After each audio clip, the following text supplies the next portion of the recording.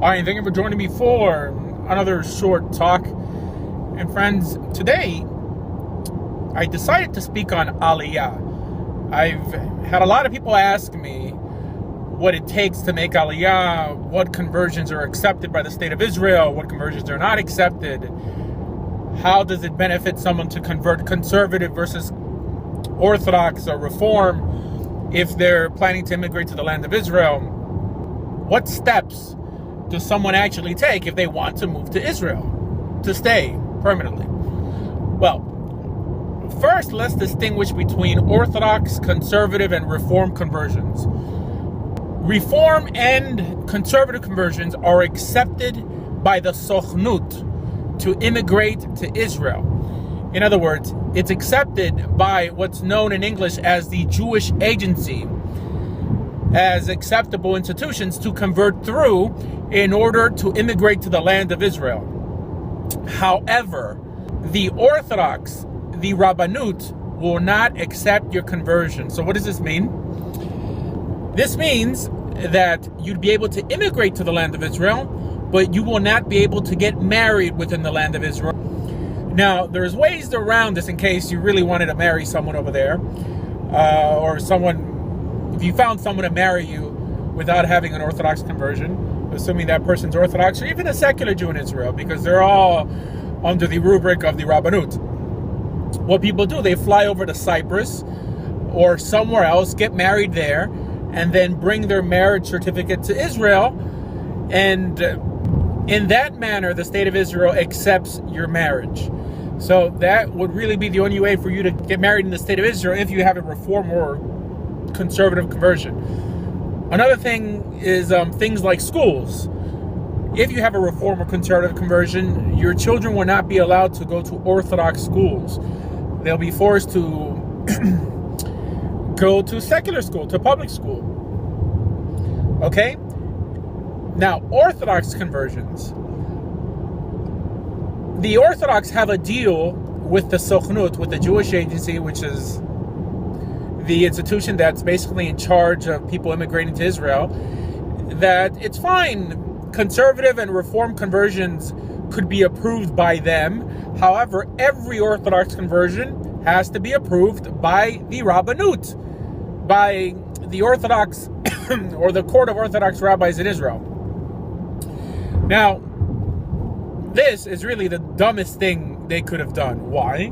Because the only thing this ensures is that virtually anyone who converts Reform or conservative will be led into the state. However, not everyone who converts Orthodox will be led into the state or given citizenship, but only the rabbis they approve of, which is around 28 rabbis in the U.S. In other words, if someone converts through a halachic conversion, right? I mean, some could say even the conversions I perform, which I don't really perform them for people who live in Jewish communities, but for people who can't convert, right? Because the Rabbanut wanted to be in charge of validating all Orthodox conversions, they'll reject the vast majority of Orthodox conversions, while at the same time, the Sochnut, the Jewish Agency, lets in droves of conservative and Reform converts, and opens up the floodgates for the consequences that brings. Now, only because someone has a conversion that is performed by one of the rabbis on the list, on the Rabbanut's list of acceptable rabbis, does not mean you can make Aliyah. This is a big false notion that people have out there. I hear rabbis online saying, oh, we offer conversions with a rabbi accepted by the state of Israel, and they're charging all this money. Look, even though the rabbi or Beit Din who may have converted you is on the Rabbanut's list, the Rabbanut will not let you live in the land of Israel unless you can prove that you belong to a Jewish community for at least 12 months. This is something people don't know. So that means that someone could have a conversion performed by a rabbi on the Rabbanut's list and ultimately be rejected for Aliyah.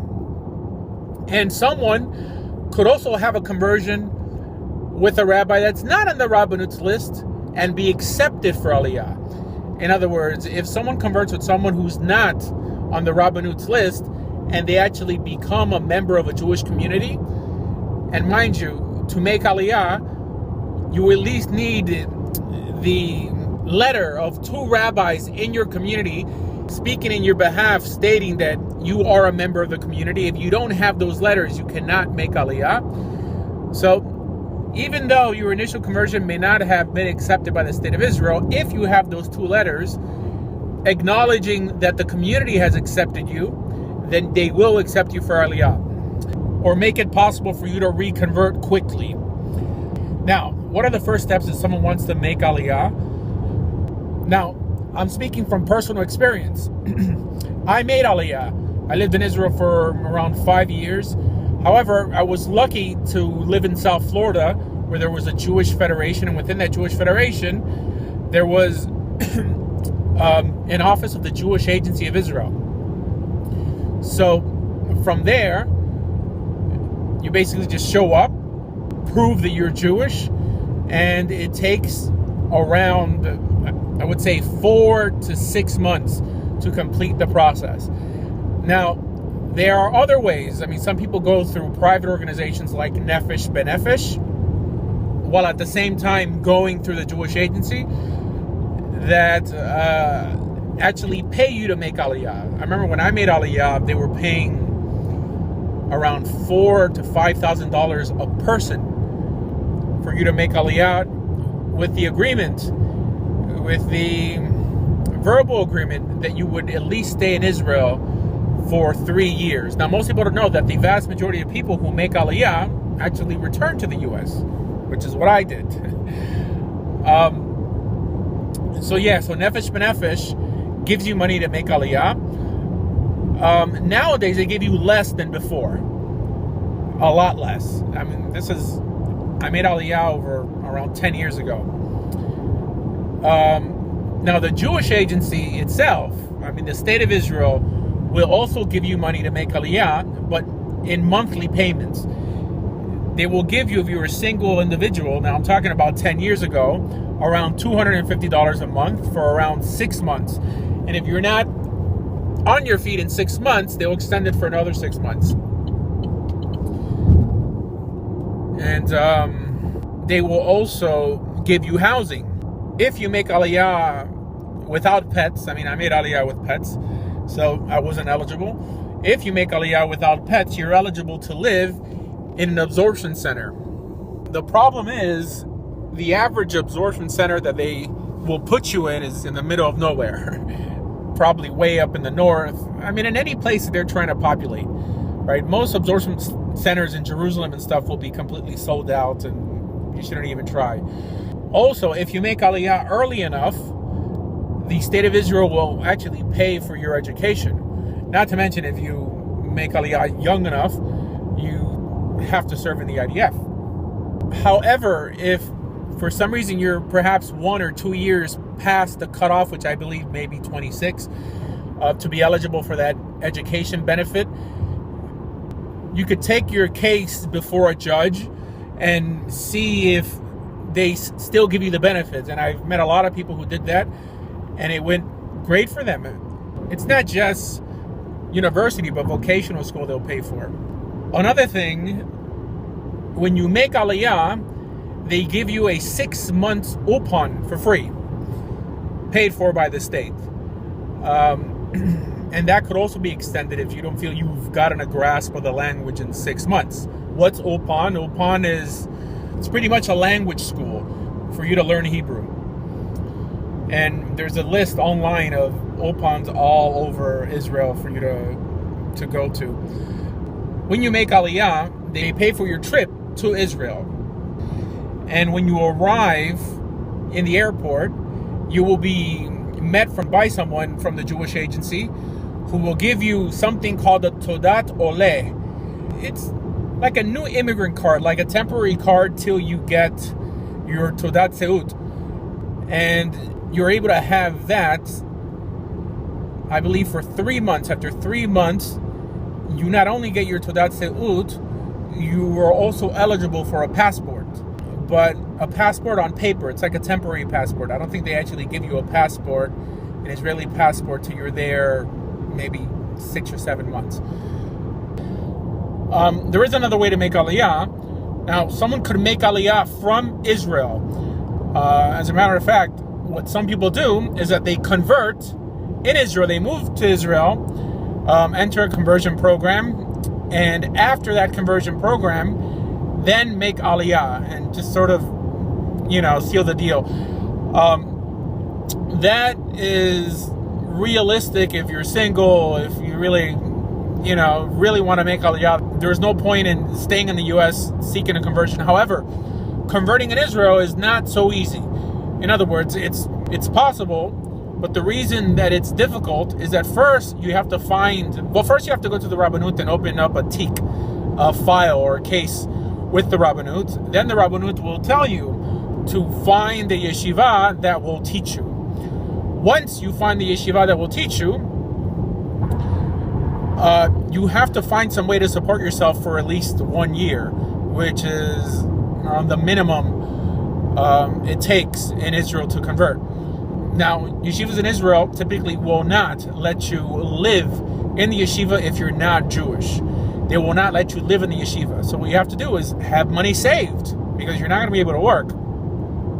So that's why it's difficult. Now, there are some places, I hear that now the Yeshiva Machon Meir has an actual conversion program where the guys could stay there, but I'm pretty sure that's also not free. While Yeshiva for Jews, hey, like if you don't got money, you don't got to pay. I mean, they'll tell you, break them off some money when you come across money.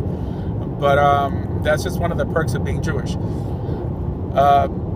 However, I think it's easier for women. There's actually, I remember I worked in outreach for a few years in Israel, for a bunch of years actually, and there was a seminary called Barot Bat Ayin, and it's pretty much like a hippie commune there that has a conversion program for women, and the women are allowed to, learn there and stuff like that, and live there.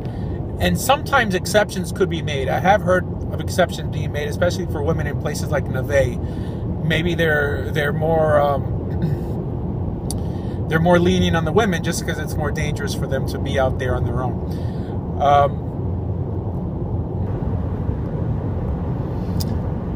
And I really can't think about anything else regarding Aliyah. If I do, I'll put it on the bottom of this video. If anyone out there has made Aliyah, please feel free to comment and help those out there who want to immigrate to the land of Israel. I really don't encourage people to make Aliyah